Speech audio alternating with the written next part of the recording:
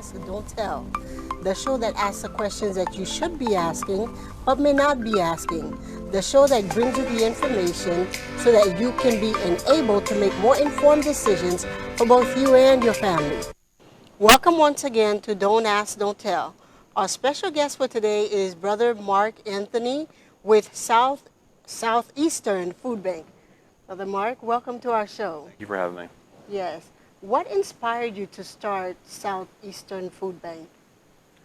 Years ago, at my lawnmower shop, I received a truckload of Entenmann snacks and food, and a man pulled up with that load and said, "I don't know what to do with it." And so I took that food and took it to East Winter Garden and gave that all out one day. So that kind of inspired me to more to just want to serve the Lord full time, rather than just work in the business world and try to do that at the same time. Okay. Do you remember what year that was It around? was 1989. 1989. Wow, that's a long time ago. We started in 1991. Oh, wow. Now, what is the difference? We see that there's a lot of food pantries around, but there's not too many food banks around. So what's the difference between a food pantry and a food bank? It's a good question. There's actually 3 other food banks in Central Florida of our size. Food pantries are a lot of, we call them end users. They're taking right to the people, either taking them to them or the people are coming to them.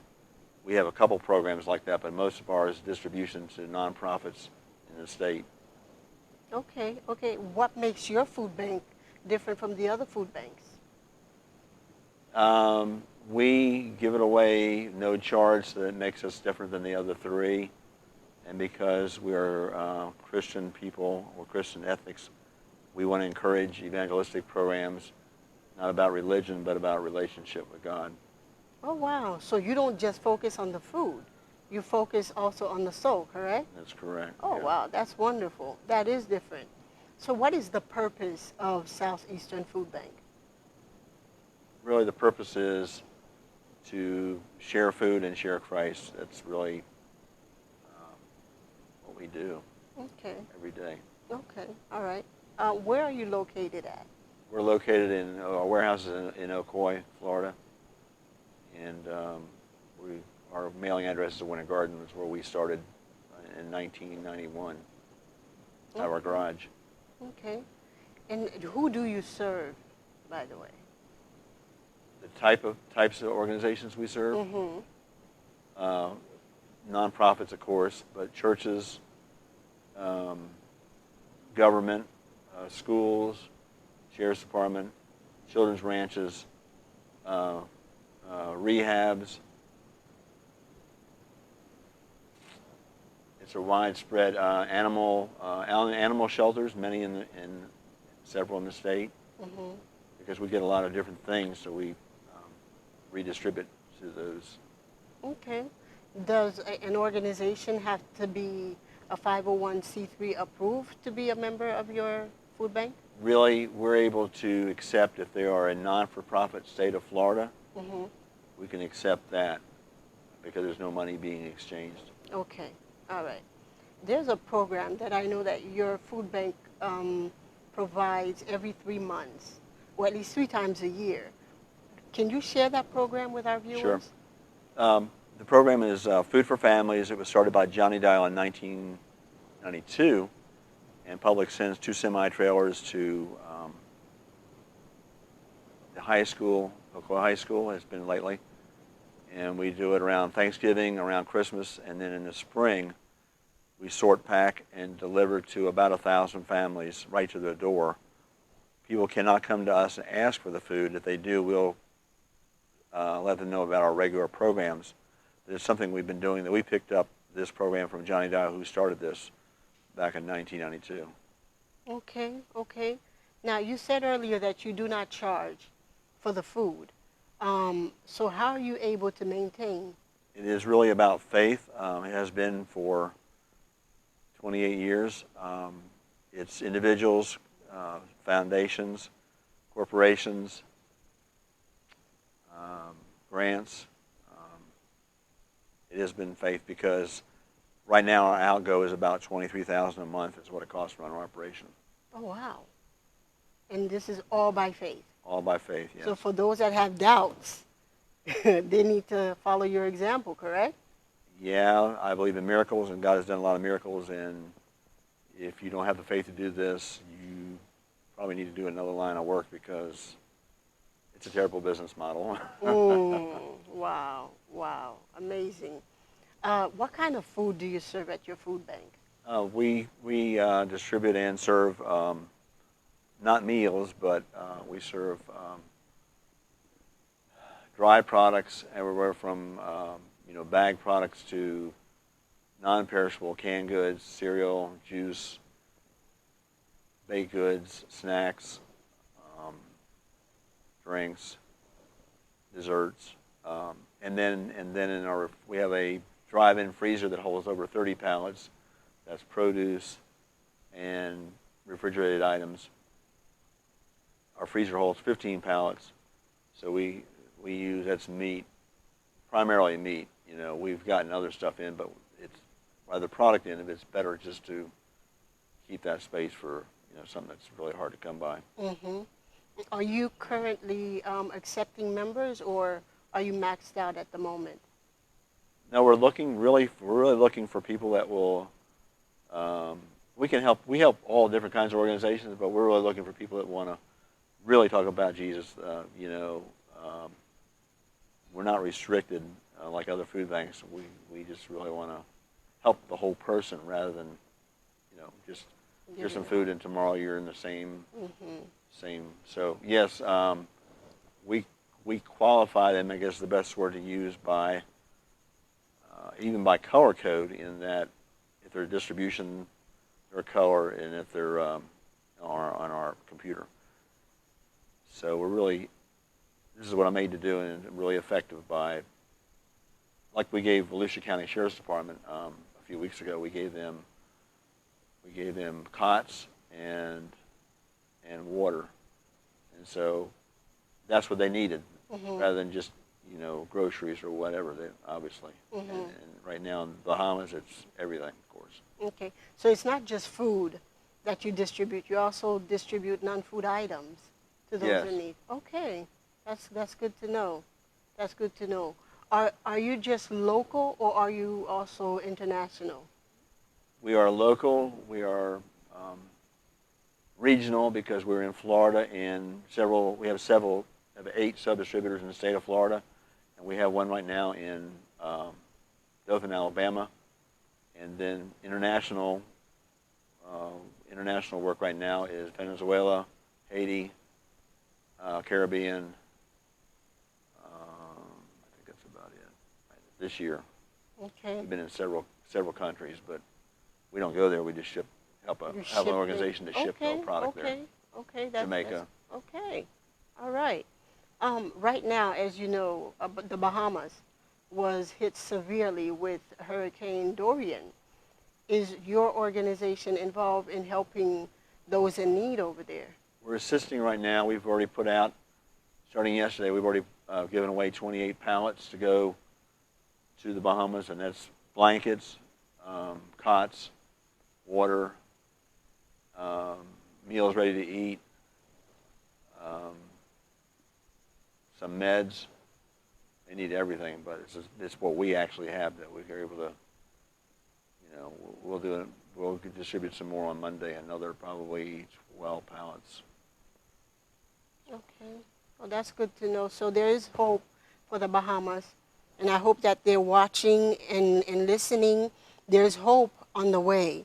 Do you find it difficult, Brother Mark, for you to send things internationally?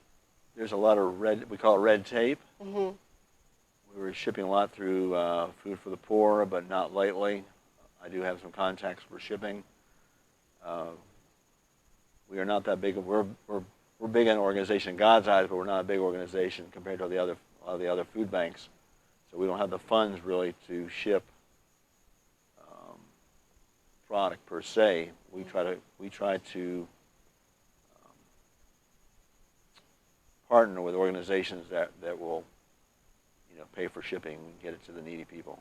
Okay, thank you for saying that. So if there's an organization out there that wants to join in, that wants to partner in shipping these items to the Bahamas, they can contact you, correct? Yes. And that's the number that's provided on the screen. Yes. They can contact Brother Mark Anthony at Southern Food Bank. If someone wants to help your organization to pursue the vision, the mission, how can they go about doing that? Well, we actually have a dinner September 21st. They can come. It's paid for. That you have to call the RSVP, and we're going to talk about where we came from, where we're going, the vision. Because I'm a visionary. We have a lot more work to do in the islands and in America too. So that they could call our office, and we do need prayer. Of course, that's the number one thing. We need volunteers at certain times, and of course the financials, because that's the business part of the organization. Exactly. And does your food bank, I know that there are certain food banks, for instance, they do not like when organizations pray before serving the food to the community. And I know that yours, from what you said earlier, you're a Christian food bank. But does your organization discriminate as far as religion is concerned? No, not really. We've given to a lot of different types of organizations, and Christian and non-Christian organizations. And everybody will get something, some kind of food, based on what kind of a program they're doing. The only we don't do is political things, because we don't do politics. Well, that's good to know. Not recommended either. Yeah. I had somebody locally asked me about doing a program, and I can't participate in that. We elevate God, we don't elevate people. That's right. That's right. Now, is there something that that you tend to stay away from when it comes to organizations that wants to join your food bank? What do you look for as far as approving or disapproving? It's a good question. My heartbeat really is evangelism programs. Like I said, about relationship, not about religion. And as long as we're talking about Jesus, that's probably my number one priority. But we're also looking for more sub-distributors in the state. Like we had one in Lake County, which we don't have one now. They just have to be a little insane like me and want to do this. And, have a building and redistribute it without charge. None of our programs, it's in our agreement, they cannot charge a premium or whatever, just like the big food bank, they're not supposed to sell their product or whatever. But I don't know if I answered your question. I'm sorry to be on a rabbit trail. That's okay. That's okay. That's perfectly fine. Okay. So there's no specifics. You just ask that they don't sell the food. As long as they agree not to sell the food, they can become a member of Southeastern. Right. Okay. Okay. And then there's no membership fees or whatever. So I guess we call it partnership. And that's what the color codes we use, as you know, to figure what type or level of food we're going to support. Okay. Okay. It's not prereq. I had people in the past that came to us and said, "Well, I have so much money. That's not us." Well, you give us money. You don't give us money, we'll treat you the same as an organization. Amen to that. But do you take donations, Brother Mark? Yes. Okay. Yes. It helps us financially. Okay. And your color code, just for clarification, is it based on how many people they're serving? What are the color codes for? Good question. Color codes are like sub-distributors, or say red, for instance. Our evangelistic programs are purple. We have different colors. I know it sounds so silly, but when the warehouse guy is loading for your program, he knows who you are, what to load, basically. Okay. I don't know if I answered your question or Yes, not, but yes. it could be snacks, or is it food? In the programs, we ask them to send if it's a program outdoors, how many people are you going to serve, a number, if there's snacks and drinks. So we're partners for Orange County Schools. We were partners for Lake County for a while, because we got books. We got 100-something pallets of books at one time. We get some real diverse product in. And Okay. All right. So as far as Southeastern Food Bank is concerned, where do you see you guys going in the future? my vision really is, my ultimate vision is to be national.